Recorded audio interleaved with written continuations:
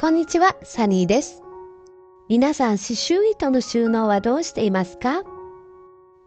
私は小さな編みぐるみを作るので、刺繍糸はカットせずに、こういう風にね、木製の洗濯バサミに巻いて保管しています。市販の収納ケースを探していたんですけれども、なかなか見つからなくて、これいいかなと思ったら、とても高価でした。なので、今回自分で作ってみましたよ。動画の最後にはこの引き出しの中身と私の刺繍道具を少し紹介していますので、よかったら最後まで見ていってください。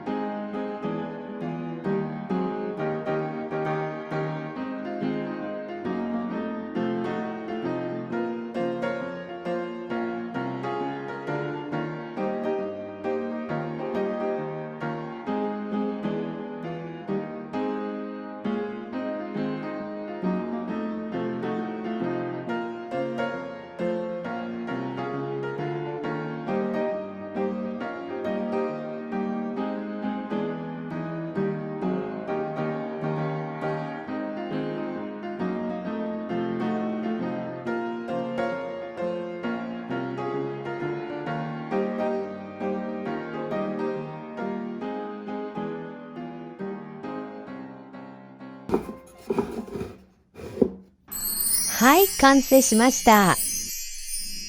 それでは最後に引き出しの中を説明したいと思いますが、その前に刺繍糸のまとめ方、こちらのね、洗濯バサミに巻き取るやり方を、私なりのやり方ですけれども、ご紹介いたしたいと思います。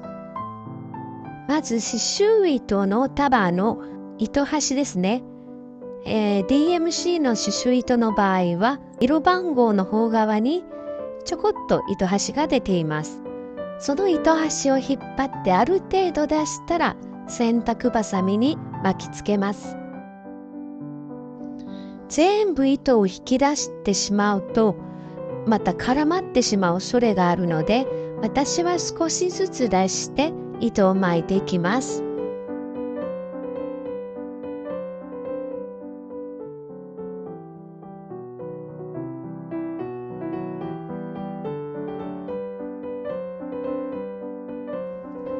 全部巻き取れたら、糸端を先っぽに挟んでおきます。そしてね、色番号がわかるように、こちらのラベルを洗濯バサミに貼っておきます。反対側にはメーカーのラベルを貼っておくとわかりやすいですね。はい、それでは中身を説明していきましょう。私はこうやってね、洗濯バサミに巻いているので、こちらのスペースと、あと、後ろ側にね、ストック、まだ使っていない糸はほどかずにそのままね、ストックしてあります。糸はそんなにね、持っていないんですけれども、大体の色味でこう分けていますね。刺繍糸のメーカーもね、あまり気にせず色で分けています。刺繍糸の収納だけじゃなくてね、刺繍道具もしまえるようにしたら便利じゃないかなと思って、こちらを設けました。はい、こちらは8センチの刺繍枠ですね。で、ハサミと縫い糸も入っています。そしてこちらはピンクッションに待ち針3本と刺繍針ですね。刺繍針は使わないときこうして輪っかにしてね、玉留めをしておくと、ピンクッションの中に入り込むことは少ないです。そしてピンクッションの下に予備の、刺繍針を入れています。そしてこちらは、着ペンですね。太い方と細い方があるので、とても便利ですね。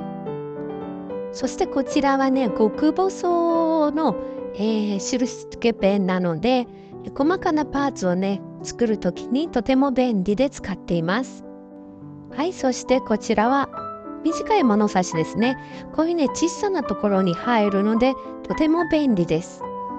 そしてこの目打ちは、多分100均さんで購入しました。はい、このシャープペンシルもそうですね、100均さん、多分セリアさんだと思います。そしてこちらのトレーサーはアンナとラパンのお店で購入しました。そしてこれも多分100均さんのじゃないかな。私こういう着ペン結構好きで使っています。そしてこちらはモスバーガーのワイワイセットのお絵描きのについてた鉛筆ですけど、鉛筆も結構使います。で、こんな感じですね。今のところはこんな感じで入れてますけれども、また後でいろいろね、入れ替わるかもしれません。さて、今日の動画はいかがでしたか？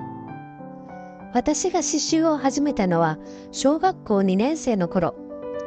おばにスウェーデン刺繍を教えてもらったのがきっかけです。